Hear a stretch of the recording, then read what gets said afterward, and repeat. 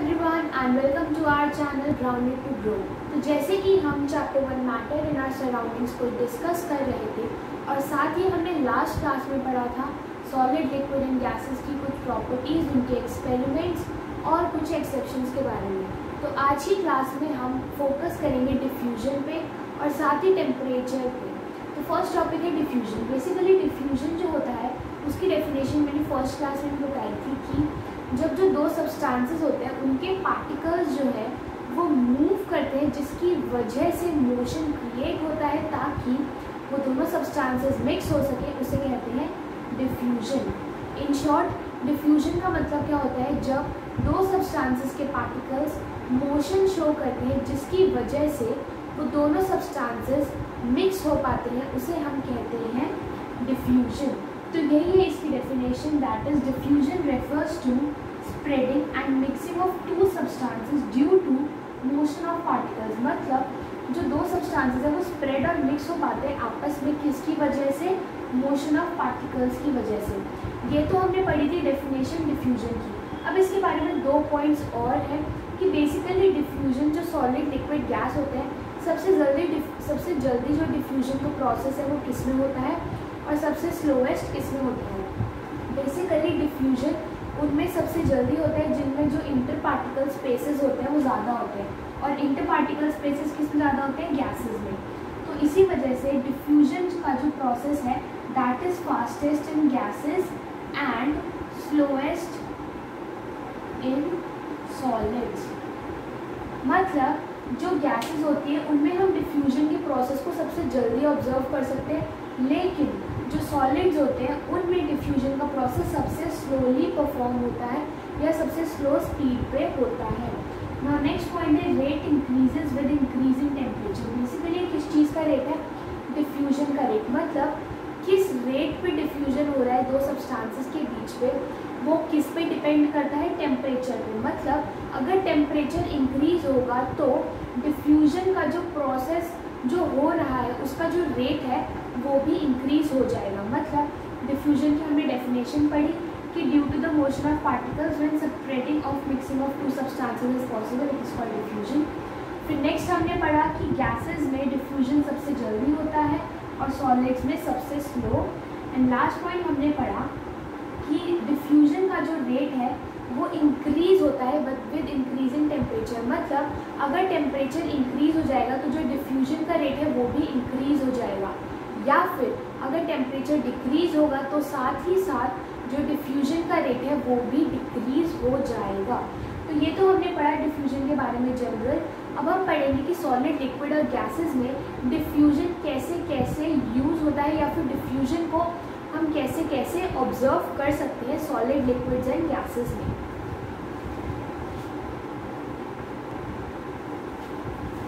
तो अभी हमने पढ़ा कि डिफ्यूजन एक्चुअली होता क्या है और वो किस में फास्टेस्ट और किस में स्लोएस्ट होता है, और साथ ही साथ डिफ्यूजन का जो रेट है वो किस पे डिपेंड करता है?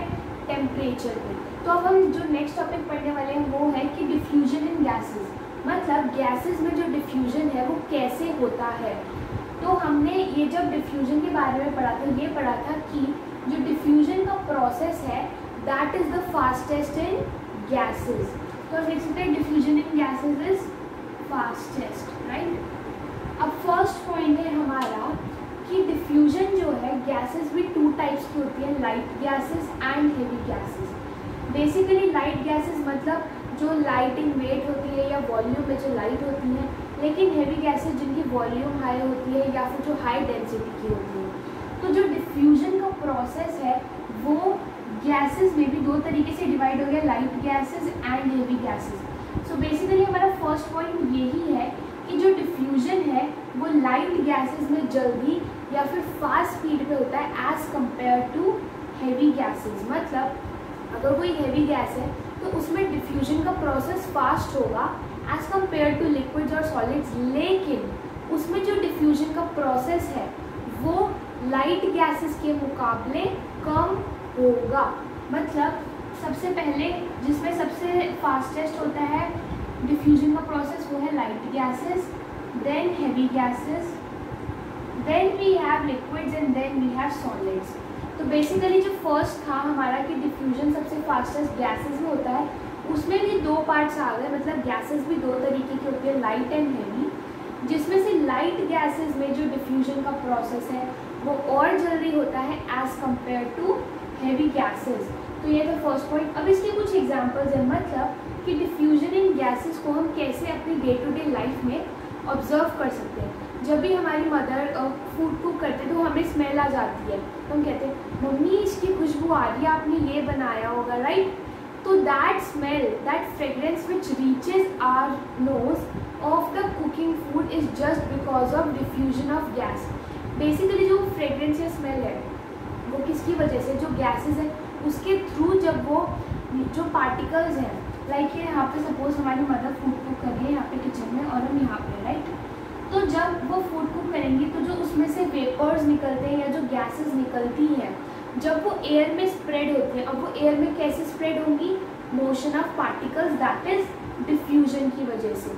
अब जब वो एयर में स्प्रेड होती है तो जब वो हमारी नोज तक पहुँचती हैं तो हम उसको स्मेल करके क्विकली बताते थे कि मम्मा आपने ये बनाया, राइट। सो बेसिकली यहाँ पे किस चीज़ की डिफ्यूजन है, मतलब किस चीज़ के पार्टिकल्स की डिफ्यूजन की वजह से हमें पता चला कि जो फूड है वो किस चीज़ का कुक हो रहा है या कैसा कुक हो रहा है, यमी है, डिलीशियस है, क्या है, just because of diffusion in gases. So first example है, जब फूड कुक किया जाता है तो जो उसकी गैस आती है वो हमारी नोज तक कैसे पहुँचती है, due to diffusion. Now next है परफ्यूम। बेसिकली जब कोई परफ्यूम अप्लाई करता है तो हमें दूर से, लाइक सपोज किसने परफ्यूम अप्लाई कर रखा है, जब वो आएगा तो हम दूर से ही बता देंगे कि इसने परफ्यूम अप्लाई कर रखा है। कुछ तो ऐसे भी होंगे जो ये भी बता देंगे कि कौन सा परफ्यूम है। So that is also due to the perfume vapours, मतलब जो परफ्यूम छोटी छोटी ड्रॉपलेट्स होती हैं, जो गैस जो हमारे आसपास की एनवायरनमेंट की एयर है उसमें मिक्स हो जाती है ताकि वो हमारी नोज तक पहुंच सके। That's also an example of diffusion in gases. Now next है इंसेंस स्टिक। बेसिकली जो मंदिर में धूप बत्ती अगरबत्ती लगाते हैं उससे जो गैस निकलती है स्मोक के साथ, उसकी वजह से भी हम स्मेल कर पाते हैं कि इसकी खुशबू कैसी है, फ्रेग्रेंस कैसी है। So that's also an example of diffusion in gases. So diffusion in gases में हमने पढ़ा कि गैसेस में as compare to solids and liquids तो डिफ्यूजन फास्ट होता ही है, लेकिन गैसेस में भी, लाइट गैसेस में डिफ्यूजन ज़्यादा अच्छी स्पीड से या जल्दी होता है as compare to heavy gases. और ये हमने पढ़े इसके कुछ एग्जाम्पल्स।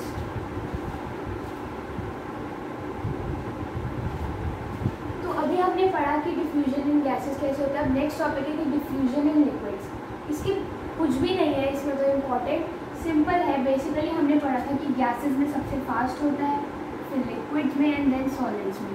तो फर्स्ट पॉइंट ये लिखा हुआ है कि diffusion in liquids is slower than that in gases. Obviously gases में फास्टर देन लिक्विड्स में देन सॉलिड्स में, so we can write that diffusion in liquids is slower than diffusion rate in gases. अब इसके कुछ examples है। Basically first example मैंने वही लिया जो हम अभी तक इतने सारे एक्सपेरिमेंट्स में पढ़ते आए, दैट इज डिजॉल्विंग और mixing potassium permanganate in water. Potassium permanganate कौन से कलर का होता है, पर्पल।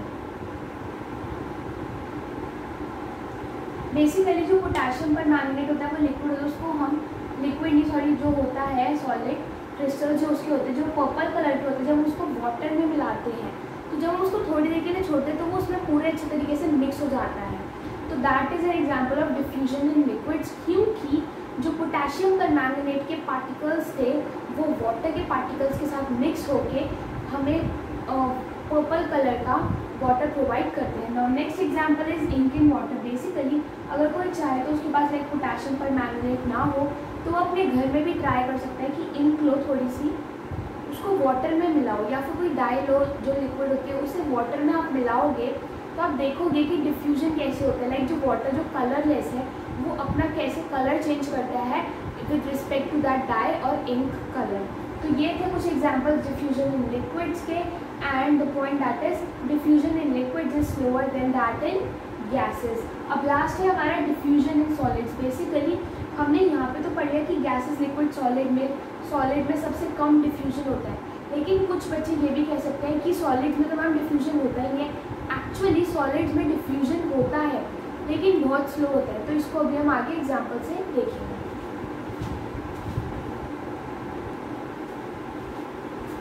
अब हमारा नेक्स्ट टॉपिक है कि डिफ्यूजन इन सॉलिड्स। सॉलिड्स में हमने जो वो पढ़ा था कि गैसेस में सबसे fast, then liquids, then solid. तो मतलब सॉलिड्स में जो डिफ्यूजन का प्रोसेस है वो सबसे स्लो होता है। एक्चुअली सबसे स्लो भी नहीं, वेरी वेरी स्लो प्रोसेस होता है। बेसिकली जब आप गैसेस या लिक्विड्स में डिफ्यूजन की प्रोसेस को देखना चाहोगे तो आप उसे इजीली ऑब्जर्व कर सकते हो। लाइक आपने इंक और वाटर को मिलाया तो आप उसे मिक्स होते हुए उसके पार्टिकल्स को डिफ्यूज़ होते हुए देख सकते हो। लेकिन सॉलिड्स में इसे देखना बहुत मुश्किल होता है, because in solid that process of diffusion is very very slow. Actually ये प्रोसेस जो है वो इतना स्लो होता है सॉलिड्स में कि कुछ लोगों को ऐसा लगता है कि सॉलिड्स में डिफ्यूजन हो ही नहीं सकता, लेकिन ऐसा नहीं है।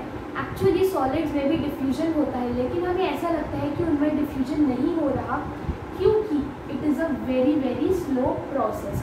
अब इसका मैं एक एग्जांपल लेते हैं। सपोज हमारे पास जो ब्लैक बोर्ड होता है जिसमें हम चॉक से लिखते हैं, उस पर हम कुछ लिख के, लाइक सपोज हमने कुछ लिखा, उसको हम छोड़ देते हैं, लाइक सपोज फॉर 10 और 15 डेज़।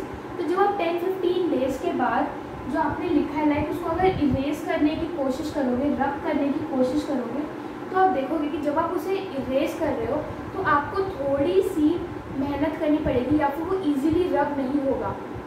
एक्चुअली अगर आपने जैसे यहाँ पे सपोज कुछ लिखा और आप उसे इरेज करना चाहोगे तो वो फटाफट से इरेज हो जाएगा। लेकिन अगर आप, लाइक मैंने सपोज इसे यहीं पे लिखा छोड़ दिया, 10-15 डेज़ के बाद में आई और मैंने इसे रब करने की कोशिश की, तो ये इतने ईजीली लाइक ऐसे इरेज नहीं होगा, मुझे थोड़ी मेहनत करनी पड़ेगी इसको इरेज करने के लिए। अब एक्चुअली ऐसा क्यों होता है? ऐसा इसलिए होता है क्योंकि जो चॉक के पार्टिकल्स होते हैं, लाइक जो ब्लैक बोर्ड का हमने एग्जांपल लिया, उसमें जो चॉक के पार्टिकल्स होते हैं वो थोड़े थोड़े से डिफ्यूज़ कर जाते हैं ब्लैक बोर्ड के अंदर, जिसकी वजह से जब हम इरेज करते हैं उस चॉक को तो हमें थोड़ी डिफ़िकल्टी का सामना करना पड़ता है। So that's why we call that diffusion in solids is a very very slow process, but it is not so that it does not happens. It happens but it seems to not happen because it's a very slow process. मतलब ऐसा नहीं है कि diffusion, मतलब solids में diffusion नहीं होता, होता है, लेकिन ये इतना स्लो प्रोसेस होता है कि हमें लगता है कि एक्चुअल में सॉलिड्स में डिफ्यूजन हो ही नहीं रहा है। लेकिन एक्चुअल में क्या होता है diffusion in solids? It is possible. तो ये हमने पढ़ा डिफ्यूजन के बारे में, और साथ ही साथ सॉलिड, लिक्विड और गैसेस में कैसे कैसे डिफ्यूज़ करते हैं, और साथ ही उनके कुछ एग्जाम्पल्स के बारे में भी।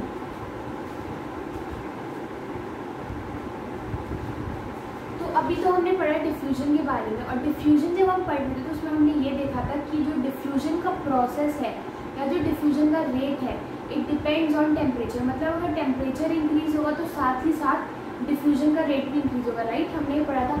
तो उसी से हमारा नेक्स्ट टॉपिक आता है टेम्परेचर। बेसिकली टेम्परेचर से हमारी जो यूनिट्स है वो, लाइक जो टेम्परेचर है वो तो हमें पता है कि क्या होता है कि जो लाइक कितना टेम्परेचर हमारी सराउंडिंग में है, मतलब कितना लेवल पे चीज़ें हैं। तो हम इसको अब पढ़ेंगे कि कॉमन यूनिट क्या होती है टेम्परेचर की एंड एसआई यूनिट क्या होती है। बेसिकली पहले हम देखते हैं कि कॉमन यूनिट और एसआई यूनिट में डिफरेंस क्या होता है। बेसिकली कॉमन यूनिट वो होती है जो नॉर्मल पर्सन्स हैं वो डे टू डे लाइफ में यूज़ करते हैं। लाइक अगर हमारे पास जो थर्मोमीटर होता है उसमें हम चेक करें तो उसमें डिग्री सेल्सियस में लिखा होता है, because we use that in day to day life. लेकिन एसआई यूनिट का मतलब क्या होता है? जो स्टैंडर्ड यूनिट है, लाइक जो साइंटिस्ट ने सेट की है टेम्परेचर को मेजर करने के लिए, उसे कहते हैं स्टैंडर्ड यूनिट। लेकिन जो नॉर्मल कोर्स ऑफ लाइफ में जो इंडिविजुअल्स जो है वो यूज़ करते हैं उसे हम कहते हैं कॉमन यूनिट। तो बेसिकली टेम्परेचर जो है उसकी कॉमन यूनिट एंड उसकी एसआई यूनिट डिफरेंट है। तो अब हम ये पढ़ेंगे कि उसकी कॉमन यूनिट क्या है और उसकी एसआई यूनिट क्या है और उन दोनों के बीच में रिलेशनशिप क्या है। बेसिकली कॉमन यूनिट होती है सेल्सियस। जो आप घर में अपने नॉर्मल थर्मोमीटर देखोगे उसमें भी डिग्री सेल्सियस लिखा होगा। तो common unit of temperature is Celsius. लेकिन एसआई यूनिट मतलब जो साइंटिस्ट ने स्टैंडर्ड यूनिट सेट की है टेम्परेचर के लिए, दैट इज केल्विन।